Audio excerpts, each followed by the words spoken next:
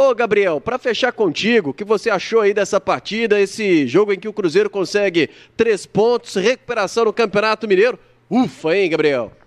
São tempos distintos, né, o Léo Campos? O Cruzeiro fez um grande primeiro tempo, a molecada estava bastante leve, o time jogou bastante, mas no segundo tempo o time não fez uma boa partida. E principalmente depois que tomou o gol da equipe do Tombense, o nível deu uma caída. No final do jogo, o Vitinho, que entrou muito bem, deu uma assistência linda para o Ryan, que poderia ter convertido em gol, não conseguiu. Agora o Murilo fez 2 belas jogadas, o Fernando teve 2 chances ali para fazer o gol, mas é isso mesmo. E a gente tem que entender e tem que ter paciência com a base.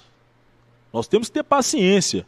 Sabemos que não são todos garotos que vão despontar, mas tem que ter paciência para depois não chegar daqui 2 anos e falar: nó, perdemos mais um Thiago que poderia ter ficado aqui. Então tem que ter um pouco de paciência.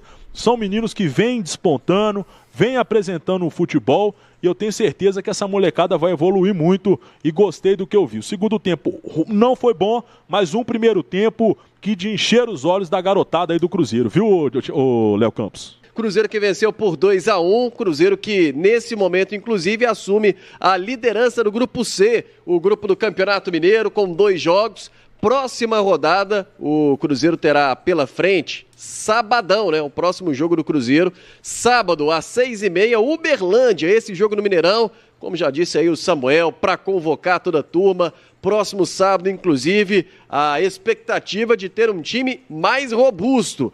Os principais atletas, todos eles, ou praticamente todos, vejamos, mas um time mais robusto já é a promessa para o próximo sábado, esse jogo às 6h30 no Mineirão, Cruzeiro e Uberlândia. Olha aí, a tabela do Campeonato Mineiro, os 3 grupos do Campeonato Estadual, primeiro do Grupo A, né? O RT, que lidera o Grupo A com 4 pontos, o Democrata, com 1 vitória, tem 3 pontos, é o segundo colocado. O Atlético Mineiro é o terceiro colocado, com 2 empates, também com 2 pontos. O Uberlândia, próximo adversário do Cruzeiro, 2 pontos, o quarto colocado no Grupo A. No Grupo B, o América com 100% de aproveitamento. Pouso Alegre também 100% de aproveitamento, 6 pontos. Vai dividir a liderança do grupo com o América. Betim tem 2 pontos, é o terceiro. E o Tombense é o quarto colocado com 1 ponto ganho. E aí o Grupo C, Cruzeiro, que se recuperou, derrotou o Tombense agora há pouco, 3 pontos tem o Cruzeiro, primeiro colocado do grupo. O Norte, que empatou mais cedo com o Atlético Mineiro, tem 2 pontos, o Norte é o segundo colocado.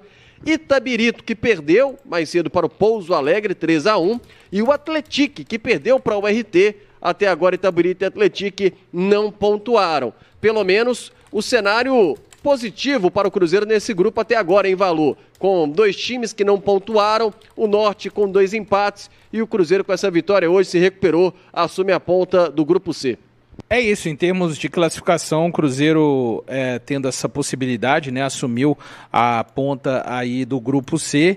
É bem importante, o Léo Campos, porque a gente sabe, né, faltam mais 6 jogos aí apenas para a fase de grupo do Campeonato Mineiro se encerrar. E a gente vai falar muito mais a respeito do jogo, né, Léo? Mas em termos de tabela, fica essa importância registrada com a vitória, o Cruzeiro já saltando ali à frente no seu grupo. Mas, ô Caio, qual a avaliação que você faz desse jogo do Cruzeiro? 2 tempos distintos, de fato, e aí dá para ponderar o segundo tempo, que talvez o Tombense foi melhor, ou você critica o segundo tempo, poderia ter uma postura ainda melhor, talvez não igual à primeira etapa, mas para não sofrer ali um sufoco na reta final. Sua avaliação, Caio?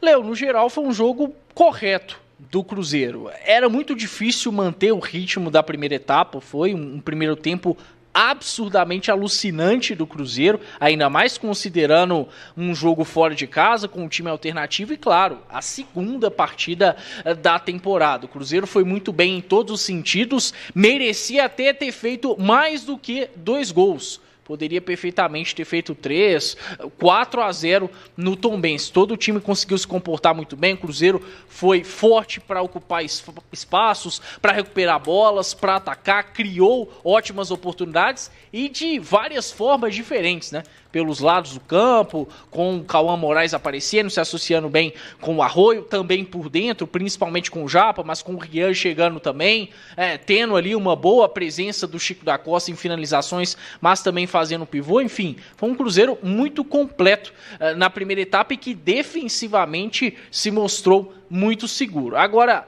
na segunda etapa, até que eu achei que o Cruzeiro começou a etapa de uma maneira controlada. Tudo bem que o Tombense se soltou mais, mas não estava criando muita coisa. E o Cruzeiro ainda conseguia dar uma espetada ou outra. Acho que a partir dos 20, 25 minutos do segundo tempo, aí realmente fica claro que o desgaste físico do Cruzeiro pesa. O time passa a marcar um pouquinho mais a distância, os jogadores de lado não conseguem recompor da mesma forma, porque Arroio e Kenji foram muito importantes para o Cruzeiro com a bola, mas também sem a bola, porque auxiliavam muito bem os laterais nesse aspecto, mas claramente eles se desgastaram na segunda etapa. E, como um todo, o Cruzeiro parou de funcionar tão bem. Vem o gol do Tombense, que mina um pouco da confiança, né? Um gol mais na base da sorte do que qualquer outra coisa, a bola tocando no João Marcelo. Cauã Moraes talvez poderia ter se comportado melhor ali na barreira, mas enfim, a finalização mata por completo o Otávio por conta desse desvio no João Marcelo. Aí o Tombense cresce, acaba chegando pelos lados do campo, principalmente pelo lado direito, tem ali um ou outro cruzamento importante e é o momento em que realmente o Cruzeiro se sente inseguro na partida. Só que na reta final, nos últimos minutos, o time volta a se encontrar, né? Aí com algumas substituições do Tite funcionando, com o Murilo Hickman pisando bem na área, aparecendo, com o próprio Vitinho se movimentando bem, encaixando bons passes, inclusive criando uma chance muito clara para o Ryan Leles, mas ele acaba desperdiçando. Acho que o Cruzeiro poderia ter controlado melhor o segundo tempo. Mesmo assim, não vou falar que foi um jogo ruim por conta de uma oscilação. Acho que isso é muito natural, considerando o contexto. Mas, no geral, a vitória veio com pelo menos uma atuação importante na primeira etapa, com alguns bons destaques individuais também. No apanhado geral desses dois jogos, fica claro que o destaque principal foi o Japa, até conseguindo atuar bem em mais de uma posição, e fica o recado aí para o Tite mais para frente. Considerando a rodada do Campeonato Mineiro, tudo perfeito, né, Léo? Porque o Cruzeiro consegue vencer e aí vê os seus outros 3 adversários do Grupo C tropeçando, o Atlético perdendo o seu jogo, o Norte empatando e o Itabirito perdendo. E aí agora fica pro encargo dos titulares, os principais jogadores, manterem essa campanha no Campeonato Mineiro, essa liderança, pelo menos, do Grupo C, para o Cruzeiro não ter problema algum em se classificar à próxima fase. Ô Valô, para mim, pelo menos, o que mais pega, acho que o Cruzeiro tirou a impressão do primeiro jogo. Teve algumas oscilações, obviamente merece algumas críticas em alguns pontos, especialmente ali para o segundo tempo, mas aquela impressão do primeiro jogo que o Cruzeiro precisava tirar, de um time ainda com um ranço de pré-temporada, de um time que ainda estava com dificuldade de engrenar, de um time que ainda tinha as dificuldades porque tem jovens atletas, às vezes bate a ansiedade, a gente via alguns erros, jogadores afoitos. Hoje não, especialmente a imagem do primeiro tempo de um time com treinamento, né? Um time que pegava a bola e sabia o que fazia, tinha ali um caminho para quem tocar. Então, pelo menos a primeira impressão o Cruzeiro tirou do jogo aqui no Mineirão.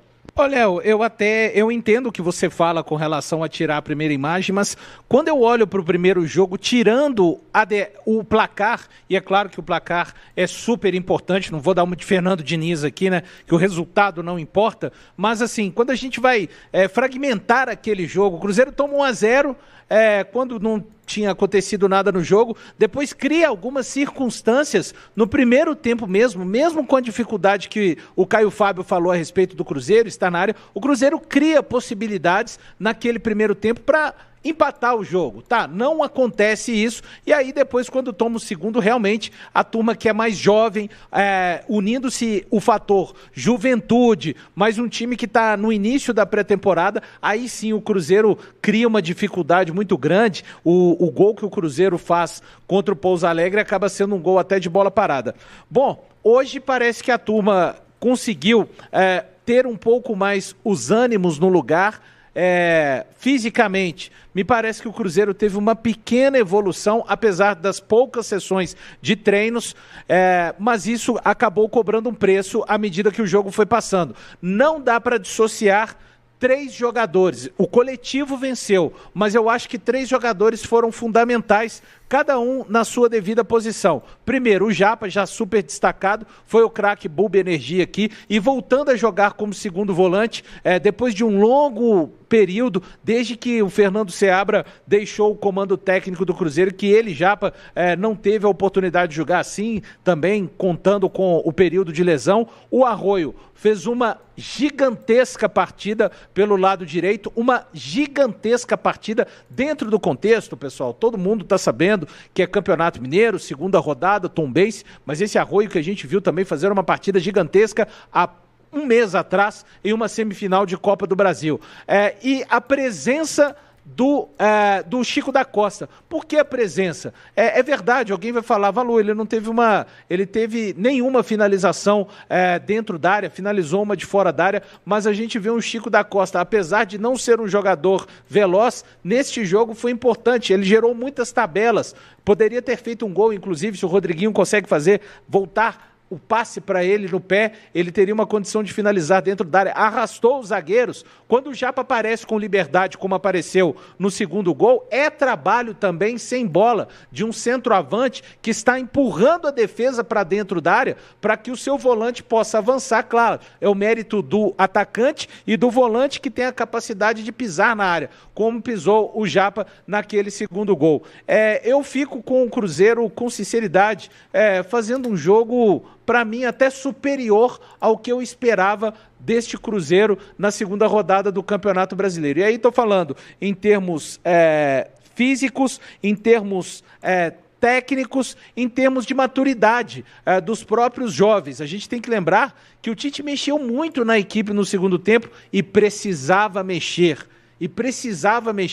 Por se tratar do segundo jogo da temporada. A equipe, para mim, manteve a estrutura, mas é a crueldade, entre aspas, do futebol, Léo Campos, Caio e todos que nos acompanham.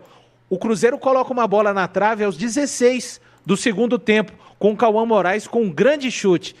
E apenas 3 minutos depois, o Cruzeiro toma um gol de falta, numa falta que desvia no próprio Cauã Moraes. O futebol parece adorar esses tipos de contexto. E daí a gente vê o quê? Um Cruzeiro que começa a acontecer as substituições e um Cruzeiro que começa a cansar. Eu nem acho que tenha acontecido um crescimento do Tombense. Eu acho, e aí com respeito à equipe de Tombos, mas, por exemplo, alguns jogadores que acabaram entrando, pessoal, e esses jogadores precisam de entrar para viver essa experiência. O Nicolas não entrou tão encaixado, o Cauã Moraes fez uma grande partida, o Nicolas sentiu para mim entrar um pouquinho no jogo, no momento que entrou, logo após o Cruzeiro sofrer este gol do Tombense. O próprio Murilo, para mim, que entra no lugar do Rodriguinho, não entra tão bem. Aí alguém vai falar assim, mas o Rodriguinho novamente me decepcionou. Tá, só que quando entra o Murilo, o Japa tem que ir para o lugar do Rodriguinho e acaba causando o desencaixe que ele, Japa, tinha encaixado muito bem durante a partida ao lado do Rian Guilherme. Então é aquele momento que o Cruzeiro passa por uma turbulência, consegue não tomar o gol ali do Jupe aos 28 minutos numa bola muito perigosa. Aí, à medida que o Tite coloca o Fernando, o Tite muda o esquema depois dos 30, coloca o Cruzeiro para jogar num 4-2-3-1. Ele deixa somente o Fernando isolado na frente, coloca o Japa para jogar um pouco às costas do Fernando, de um lado o Arroio e do outro o Leles, com o Rian Guilherme e o Murilo lado a lado e com a sua última linha defensiva. Isso acaba minando a equipe do Tombense, que vinha tentando chegar muito, principalmente pelo lado esquerdo, o lado do Cauã Prats. O Cruzeiro volta a controlar Quando entra o Vitinho, o Cruzeiro volta a criar, inclusive, circunstâncias de gol, com o Leles tendo uma grande oportunidade. Então eu acho, Léo, que para a experiência dos jovens, foi um jogo muito importante, porque ele passou por todas as etapas. O domínio do Cruzeiro, um gol inesperado, um pseudo-domínio do Tombense, e com a retomada do domínio e com o Cruzeiro inteligentemente gastando a bola até o final da partida no campo de ataque do adversário.